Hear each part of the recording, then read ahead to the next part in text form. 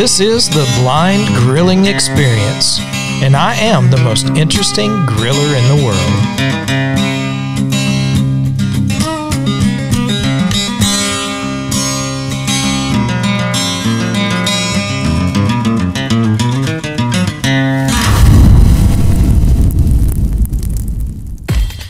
Welcome, BGE Nation. This is your man, Chris Peltz, and we are going to be talking about meat today. That's right.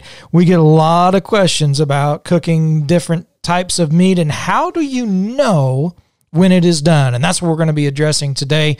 Not only some of the techniques to get things done, but we're going to look at pretty much the various ways that folks use to cook meat and how they know when it is done. We're going to look at the hit and miss techniques, and we're going to look at the way that is tried and true and hard to go wrong with. So that's what we're going to be talking about on today's show. Again, you can ask your questions at blindgrilling@gmail.com. If you want to send us an email with your questions and any other feedback you may have for the show, blindgrilling@gmail.com. We love to hear from you and welcome all of your questions and thoughts concerning the show as we are moving forward and trying to make sure that we're giving you some good quality content. And as we move forward, we want to not only entertain by all means, but also be informative, be encouraging, and strive to help those who are blind and visually impaired, particularly, be independent in the kitchen and at the grill. And so we get a lot of questions about how to know when meat is cooked. And first of all, there's a few techniques that people use, and one of them is simply timing, right? Making sure that the temperature is at a certain temp and then timing how long it takes to cook certain things. And for a lot of folks, it generally works pretty well, especially the more you do it and the more consistent it can become. But every once in a while, there are those epic fails. And sometimes it's just merely, it's good enough, but it's not perfect. And that's really the problem with the timing method of cooking. Now listen, I used that for a long time. I used it for burgers and brats, and then sometimes I still kind of use it, for things like brats and hot dogs. But I used it in times past for steaks. I've used it for pork and chicken, and there would be times when I would pull meat off and cut into it, and it is not done. And there'd be other times when we'd cut into it, and it was way overdone and dried out and just not good. And if there was a lot of different cuts or different size cuts on the grill, we would pull it off, and some ones might be perfect, and other ones might be a little overdone. Some ones might be a little underdone, and it was almost just kind of a hit and miss kind of thing. And, a lot of folks wouldn't complain, they get by and they've been doing it for years, and there's probably no way to change some minds on that. That's just what they're used to. They deal with it and they go from there. But hopefully what we can do is we can give you or help you to understand some of the other techniques and some accessible tools that will allow you to be a lot more consistent and precise on getting food done and getting it done properly. And listen, this isn't just a question that is asked by those who are blind or visually impaired. There's a lot of sighted folks out there who are always wondering about how to know when meat is cooked, when it is done. And I hear a lot of folks, sighted folks, that talk about how they're always drying out, whether it's a chicken breast, whether it's a pork loin, whatever it is, they overcook it. It's always overdone. Or sometimes with steaks, it's underdone. With brisket, it's not quite done. And so we're going to address that. We're going to get into all those things today. And we're going to divide it up into a couple of different categories. And, while there is a timing to some of this, that we'll talk about when timing is used as we go through today's show. But what I want us to try and do is really start thinking about internal temperatures and combining that. Even if you're so set on, on timing of everything, I would really strongly encourage anyone and everyone to get a thermometer, an instant read thermometer, to keep track of your temperatures, to check your temperatures and find out where they're at. You can always buy probes that you stick in and leave while things are cooking. Some of the accessible ones that we talk about here on the program is by Flame Boss. Of course, it's a controller as well as a monitor. And so you can hook up the Flame Boss and stick a meat probe in meat, and you can monitor it through an accessible app on your phone or through your Amazon Alexa. Or you can get a iGrill by Weber, which is a Bluetooth device. The Flame Boss is Wi-Fi, or it'll direct connect to your phone, or however you want to do it. The iGrill is through Bluetooth, connecting to your device, and you can monitor that way. And then, of course, there's just simply the instant read thermometers that when you go out, you take it with you, you put it in the meat, you get a temperature read, you pull it out. So those are a couple of things that I would strongly recommend folks consider looking at and purchasing and having on hand to do the best possible cook that you can do. And while there still can be some timing involved in this, especially if you just have an instant read, and listen, those instant read thermometers, you can get a talking instant read thermometers from ThermoWorks for $30 or $40. So they're not overly expensive. The iGrill, can run up to $100, but you can, have multiple meat probes connected to it, the iGrill 2. And then, of course, the Flame Boss 400 is starting around $220, $230, but, with one meat probe. And so there are options that are out there for you. The problem that we run into, though, is when we start talking about certain cuts of meat, sometimes it's not as precise of timing or of temp, and we'll look at that. But we're going to start with the cuts of meat that are very precise, that regardless of how you like your steaks, regardless of how you like your brisket, regardless of how you like your pulled pork, there are certain cuts of meat, such as chicken and other poultry, and pork, like pork loin, pork chops, that have a set temp you must get them to be safe, and to keep from drying them out, not to overcook them. And so that's where we're going to start, because chicken breast is probably one of the biggest things that people say is so hard to grill without drying it out. And it can be a little tricky if you are a little careless or nonchalant about it. But you can make some excellent grilled chicken breast, juicy and tender, flavorful, and not dried out and not undercooked, if you will use a thermometer. The USDA recommendation for chicken breast is 165 degrees internal temperature. And so that's what you're shooting for. Now, I personally take it to 160, and then it rests just a little bit.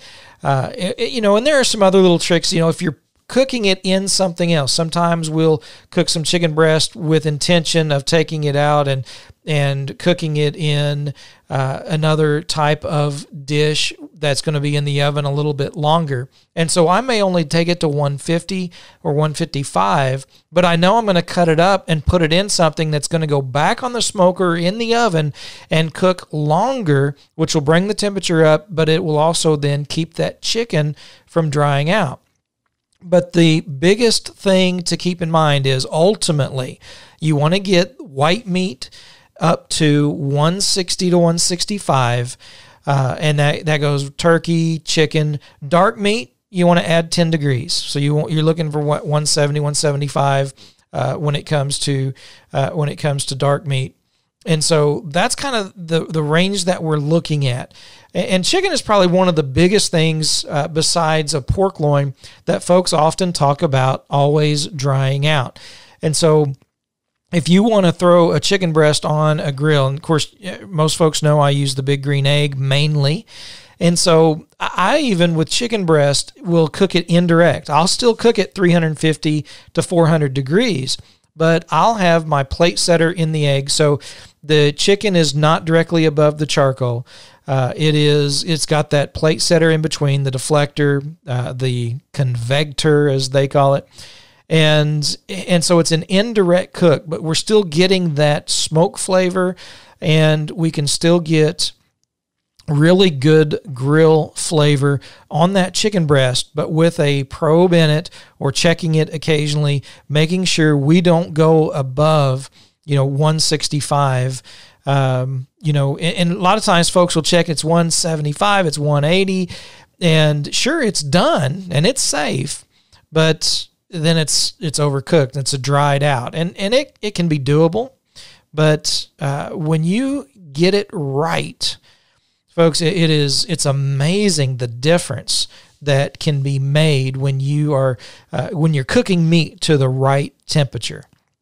And so that's the first piece of meat that we want to talk about. And the other would be like your pork chops, your pork loin, your pork tenderloin, whether you're smoking it, whether you're pan frying it, whether you're baking it. The internal temp for pork, according to the USDA, is 145 degrees internal temp. Again, I take it to 140. But, so between that 140 and 145 mark is where I generally take my pork loin, tenderloin, or pork chops. And so, when dealing with that type of cut of pork, that's where I want the internal temp to be. If you start getting up to 165, 170, 175 on your pork loin, it is dry. And again, folks eat it, it can have some good flavor, but it'll be dry. And that's where a lot of folks, when they have, eaten pork that has been cooked correctly to the correct temperature, they're just amazed at the difference, because not only is the flavor there, but the tenderness and the juiciness, and it's just a much better experience. And so internal temp, especially on those types of cuts, are extremely important to really understand and to shoot for, and to have a thermometer, to have a tool to help you get to that point and not to overshoot it.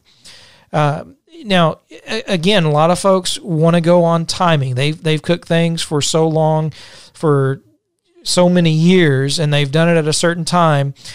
But I'm telling you, even with timing, even if it's done every time, it'll be a little bit drier one time than the other. And when you can use a thermometer, you're going to not only be more consistent, but you're going to have a much better experience and sharing that food with others as well, who will be blown away at how well you've done at cooking those particular cuts of meat. And so that's my first little bit that I want to talk about is those particular cuts of meat. But as we move forward, there are some cuts of meat that are not quite as specific when it comes to the particular temperature that you may be shooting for, and that's what we're going to talk about next. Before we do that, though, let's talk about one of our partners.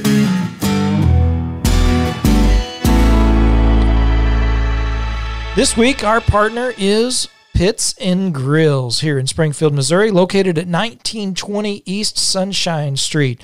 Pits and Grills has all your needs covered when it comes to smokers and charcoal grills and gas grills, from Big Green Egg to Weber to Green Mountain Grills, Pits and Spits, and even the Gateway Drum Smoker. They've got charcoal, they've got rubs, they've got sauces, and all the accessories you could possibly imagine. ThermoWorks, instant read thermometers, Flame Boss controllers, the iGrill by Weber. They have it covered and they can help you out. Get ready for this grilling season. You got questions, they've got not only answers, but they've got the tools to help make sure that your next cook is going to be your best cook. Check them out at pitsandgrills.com. Check them out on Facebook. That's PITS, the letter N, GRILLS, Pits and Grills. Give them a call. Check them out on Facebook, 1920 East Sunshine Street in Springfield, Missouri.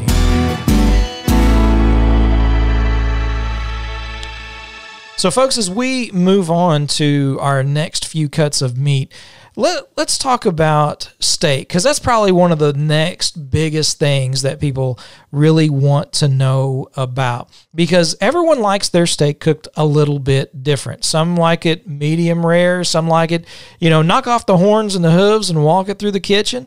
Others, they want burnt offerings given to them when it comes to their steak. For some reason, they want it well done. I can't imagine, but it happens. So some folks like it that way. And if you are going to try and please your guest and cook for them, and you want to make steaks for them, it's not always about cooking the way you want. Oh, sure, you can cook your steak the way you want, but if you're going to have guests over, you ought to find out what they like and how they want their steak, and then cook it for them. Cook it for them their way, their way. And the best way to do that is to keep track of internal temps. Now, there are all kinds of ways to cook steak. You can sear it and let it rest. You can sear it and, on a skillet on top of the stove and then stick it in the oven for a little bit. You can reverse sear it where you slow smoke for a little while and then you sear after you've smoked it up to a certain temp. But the question for steak is, what is the internal temp? Probably some of the most popular steaks are either ribeye or fillets. Now, I know a lot of folks will like sirloins as well, but let's first talk about the fillets and the ribeyes. That's some of the more popular, and a lot of steaks will fall right in line with this as well. And a lot of folks that I talk to want it medium rare. And to accomplish this, my personal preferred method is a reverse sear. So I will fire up the big green egg for an indirect cook, and I will get it up to about 250 to 275 degrees. I'll put the meat on with a probe in the meat, and I'll bring the internal temperature of those steaks to about 120 degrees. Some folks, depending on personal preference, will stop at 115. Others will take it to 125 to 130. I bring it to about between 120 and 125. And then I'll sear both sides. And for me, that's the perfect medium rare. Generally, folks are wanting around 140. If they don't like a lot of pink, a lot of red still in the meat, and you're trying to please someone that's like, I don't like it, really rare, but I don't want it overdone. Generally, then about 140 degrees internal temp is what you're shooting for, and that will please a lot of people, at 140 to 145. But for those who really know what they want, and they want medium rare, that 120 to 125 slow smoked and then searing on both sides for about a minute to 2 minutes, depending on how thick the meat is, that will get you pretty close to where you're wanting. And there, it's not always a specific temperature when it comes to the meat. All right. If it's medium rare, you want it below 140 for sure. Folks that want it medium, is that 140 to 145. And for that, medium well, you're going up to 150 and above 150 for everyone else. But generally, you're going to be cooking steaks for that medium rare to medium. And usually medium, if folks that really prefer their sirloins. And so you're going to want that between that 140, around the 145 mark on the sirloin. And so 130 to 135 slow smoke and then sear each side. Now, if you're cooking inside and you want to sear first and you want to do that steakhouse method and you want to take and put some butter in a skillet and you want to get that skillet screaming hot and you want to sear both sides of that thick cut steak about 2 minutes on each side and then stick it in an oven that's preheated to 350 degrees for anywhere from 5 to 10 minutes. And that's where you really got to watch your temp. That's where you want that instant read or a thermometer like the iGrill that you can stick the probe in the meat when it goes in the oven and bring it up to the internal temp that you want, whether it's that, just under 140 or just above 140. But that meat probe is going to help you get that perfect cut, that perfect doneness that you want on your steaks. And so, again, you can see why that thermometer can be so important and so vital in really getting the perfect doneness of your steaks. And a lot of folks talk about the feeling of the fingers and the pad, and the thumb of the doneness. And some folks, get by okay with that. But even then, sometimes it's overshot or undershot. It's never consistent. There's always that time or two. And some will say, oh man, 9 times out of 10, I'm getting it perfect. And then there's that one time you don't. And when you got a thermometer and you pay attention and you go by the internal temperature, there isn't that one time. It's 10 times out of 10. Your consistency is just that it's consistent.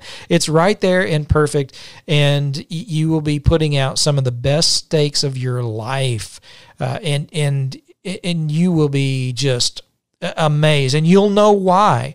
So many times you'll hear those folks with whether it's a Big Green Egg, a KJ, or whatever grill that they have become, so accustomed to, that they're telling you it's hard to go out to a restaurant and eat a steak because of how well they can do it at home. Generally, they know the internal temp of their meat. And so that's one of the big keys, is getting that steak done at that, that right temperature, that right meat. And so not only then do we go from steak, but what about ribs and pulled pork? Because that's another ballgame altogether. And, if you want pork to be sliced and bite through like a pork loin, and maybe you've got some country style or Western style ribs, that 140 can work. With country style or Western style ribs, though, you can really take those up to that 180 to 190 degree mark and almost make more of a pulled pork with them. But if you're doing a Boston butt and you are slow smoking a Boston butt, you're looking for an internal temp, at least I recommend. Now, and this is going to be some personal preference. This is where the fun gets into it, right? This is less technical and more about personal preference, because with pulled pork, I like to get 200 degrees. If I can go over that a little bit, that's great. If it happens, and I'm pressed for time and it's reached 195 to 198, somewhere in there, it's doable. The bone usually pulls out really easy on a pork shoulder or a Boston butt, and it can be shredded really nice for some really good pulled pork. But if you go to that 200 to 205, somewhere in there, you're still not going to be mushy, and it's still going to have, a little bit of texture to it, but it's going to pull really nice, and it's going to make for some amazing pulled pork sandwiches, pulled pork nachos, whatever you want to do with the pulled pork. But that 200 degree mark, I think, is a really good one, because you can stop short or go over just a little bit and still have a really good product on your hands when it comes time to cut into it and eat. And with ribs, now let's see, that's another ballgame altogether, because especially for those who are blind or visually impaired, and that's where I almost get into a little bit more timing, but I do have a temperature that I look for, because with ribs, I like to be able to pull the bone out. Now, a lot of folks who, can see will look at ribs and they'll see as the meat is starting to kind of pull away from the bone. But if you're blind or visually impaired, that's not always something you can do. That's not something that you can just look at a rack of ribs and say, oh yeah, the meat's starting to pull away, we're good. And so it's done. And so again, you can get down to a timing. Like I will cook ribs unwrapped at 300 degrees on the big green egg for an hour and 15 to an hour and 30 minutes. And then I'll take and I'll wrap them. Now, I'm not giving the whole recipe right now. This isn't about recipes as much as it is temperatures and timing. And so after about an hour and 15 to hour and 30 minutes, I will wrap them. And then I'll let them go for another hour and 15 to hour and 30 minutes. This is at 300 degrees on a big green egg. And once it gets to that, I may probe it with a meat with a meat probe and look for over 190 degrees, but less than 200. Because right around that 195 to 200, the bone will pull out, but you'll still have a little bit of bite through on the meat. If you want to fall off the bones and almost get mushy, which some people like that for their ribs, take it over 200 degrees, and that'll be fine. And you'll be able to tell with that internal temp of the meat with that probe, or as you put the probe in and it just slides through with no resistance, they're done. If you got a good pair of gloves, grab an end of a bone, and if it just when it slides out, you're good to go. And you can do that with ribs. And so the temperature range, it can be just that, a range of things, depending on personal preference of how you like your ribs, whether you want a little bite through, whether you want, to just fall apart. That's something, again, that you've got to kind of pay attention to yourself, and know, your personal preference on that. But next up, folks, we're going to talk about the big daddy of barbecue, and that is Texas brisket. For that, though, we're going to take another break.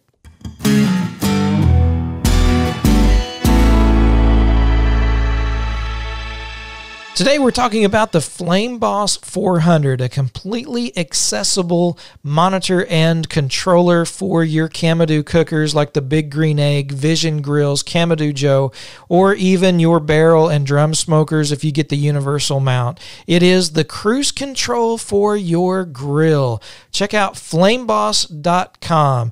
Again, it is accessible. Those who are blind or visually impaired can download the accessible app onto their iPhone or Android device, or you can use the Amazon Alexa to just simply ask Flame Boss what your temperature is.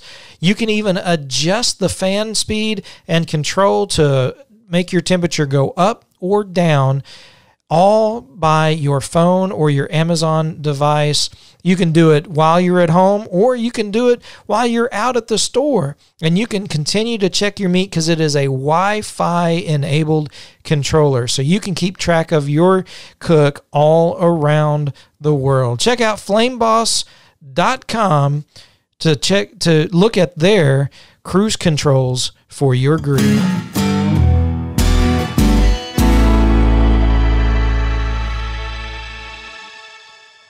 All right, folks, my favorite cut of meat has got to be the brisket. I mean, that's got to be it. I love beef brisket. And it is probably one of the more intimidating cuts of meat for a lot of folks as well. They are just scared to death to spend the money on a whole packer brisket because they don't want to mess it up. And because they say it's expensive. Now, they're right. You buy a whole packer brisket, and you're going to spend $40 to $60, depending on the weight. Per pound, it's not that expensive.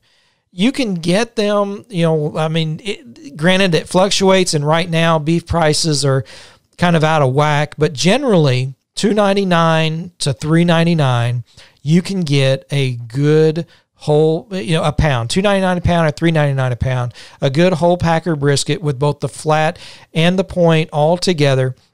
So not only can you get some nice slice through leaner parts of the brisket, but you can make some fatty burn ends as well. And so I recommend the whole packer brisket if you can do it. And I really try to help folks understand that it's not as intimidating as you think. I usually do a whole packer brisket anywhere from 14 to 17 pounds in about 8 hours. And so if I got to cook for a lunch or a supper, I'll either start it the night before or the morning of, and it's ready to go. There's a lot of folks that want to cook meat, and they want to brag about cooking meat for 12, 18, 20 hours. And you can do that, and you can have some great results. I'm over that. All right. You can just miss me with that. I don't know. That's good for you. And I have no doubt that the meat is great and enjoyable. Absolutely no doubt. But at the same time, I would put up brisket that I cook against anybody, as far as that's concerned. Now, granted, a lot of that's personal taste. I understand that. But when it comes to a cut of meat like brisket, first of all, it doesn't have to take that long. I cook on the Big Green Egg, my briskets, and I do them at 275 degrees as far as the cooking temperature. That's what I get the grill up to, 275 degrees indirect on the Big Green Egg. And I'll cook for the first 4 hours unwrapped completely. And I don't even check temp. I don't monitor the temp. It's anywhere from 4 to 5 hours, depending really on the weight of the brisket. If it's a smaller cut, I'll try to be closer to that 4 to 4.5 hours. If it's a larger cut, I may let it go 4.5 to 5 hours. And then I'm going to wrap it. And when I wrap it, I put a thermometer or probe in the meat, and I pay attention to the meat temp of the brisket. Now, when you're cooking brisket, you're going to bring the temperature up to, at least my preference is, just over 200 degrees internal temp. But that doesn't mean it's done. And I'm going to tell you, the timing on that is going to be different on almost every cut of brisket that you buy. That's why timing can be so difficult when it comes to cooking large cuts of meat like this. And there's a lot of variables that go into this. And so with brisket, what you're looking for is probe tender. Well, you want to be able to take that meat probe and run it through the brisket and have no resistance from the meat at all. Almost like running through, completely softened butter, and just goes right through with no resistance. And I'll start checking for that resistance when my internal temp hits around that 205 to 207 mark. Sometimes it's done earlier. Sometimes it's ready to go. And I've even had meat hit 198 or 200 degrees, and I go out and I probe it, and it is probe tender, and it is done. And I've had meat go all the way to 212 degrees, and it's just starting to get probe tender in certain spots. And that's the thing with brisket. You want to check everywhere. You want to take that probe in various parts of the meat and make sure there's no resistance. If there's any resistance, keep it wrapped and keep it on the smoker just a little bit longer. And check it every 15 to 30 minutes until there is no more resistance. And so that 200, the 205 mark for your internal temp is just so now it's time to look for or feel for the no resistance in the brisket. And so that's what you're looking for when it comes to a cut of meat like brisket. And so a lot of folks, they're intimidated by the brisket, but really they don't have to be, because if you can pay attention to the temperature of your smoker and the temperature of the meat, you can have an amazing brisket almost every time. A lot of folks get a little paranoid. They get so caught up in the stall. And the stall happens with pork butt. It happens with brisket. Anything you're going to cook above 160 or 170, there's going to be a little bit of a stall that takes place. And that stall, is basically when the fat begins to render inside the meat. And when that fat begins to render, it actually cools down the meat or slows down the cooking process of the meat. And it'll stay or drop in internal temp for a while. It might be an hour or two. And a lot of folks get a little paranoid when that begins to take place. Like, oh no, it's not going up. What's happening? It's going down, or it hasn't moved in so long, because they've reached the stall. And there's been even some occasions when meat will seem to stall twice. And so I don't pay attention to the internal temp of meats that I'm cooking above 170 until I get to that 190 to 200 degrees. That's when I start watching the temperature and then going in for the probe tender. And so I hope that is helpful for folks when it comes to the meat that they're cooking and they're wondering, what do I cook it to? What's the best temperature to cook this meat to? You know, whether it's chicken, whether it's a pork loin or tenderloin, whether it's a beef steak or a roast, maybe, you want to be in that 180 to 190, depending on the cut of roast. But really that probe tender is what you're looking for once you get above that temp. When it comes to your roast, when it comes to your briskets, you're looking for probe tender. So I hope that is helpful to folks. And, if you got questions, email me, blindgrilling@gmail.com.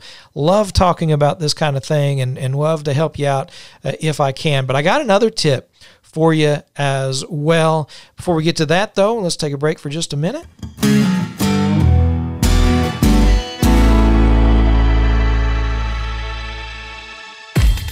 All right, folks, we got an extra tip for you today when it comes to internal temp of food when you're cooking. For those who are blind or visually impaired, yeah, we can feel potatoes pretty good, but still sometimes folks are wondering, how do I know when a potato is done and perfect for a baked potato? And I'm going to give you an internal temp to look for, and that internal temp is 210 degrees. You can eat a baked potato when it's a little less than that, 205 to 207, it's probably good and you're good to go, especially if you're pressed for time, you've got guests and you don't want to wait any longer. But with an instant read thermometer like the ThermoWorks talking thermometer, you can stick that into your potato, look for an internal temp around 210 degrees, and folks, that is a perfect temp for baked potatoes. Whether you want to do double baked potatoes or just a simple baked potato, get that internal temp to about 210 degrees. And folks, you'll have some amazing baked potatoes. So that's the extra tip for today's program. I hope this has been informative for you. I hope it's something that you guys have been interested in. We're going to cover a wide variety of subjects, of topics, and this is just one that we've decided to talk about today and this week. And so if you have any questions, check us out on YouTube and Facebook, youtube.com/blindgrilling, facebook.com/blindgrilling, our website, which hopefully we'll be revamping pretty soon, which is blindgrilling.org. And of course, the email blindgrilling@gmail.com. Until next time, remember, if you're looking, you ain't cooking.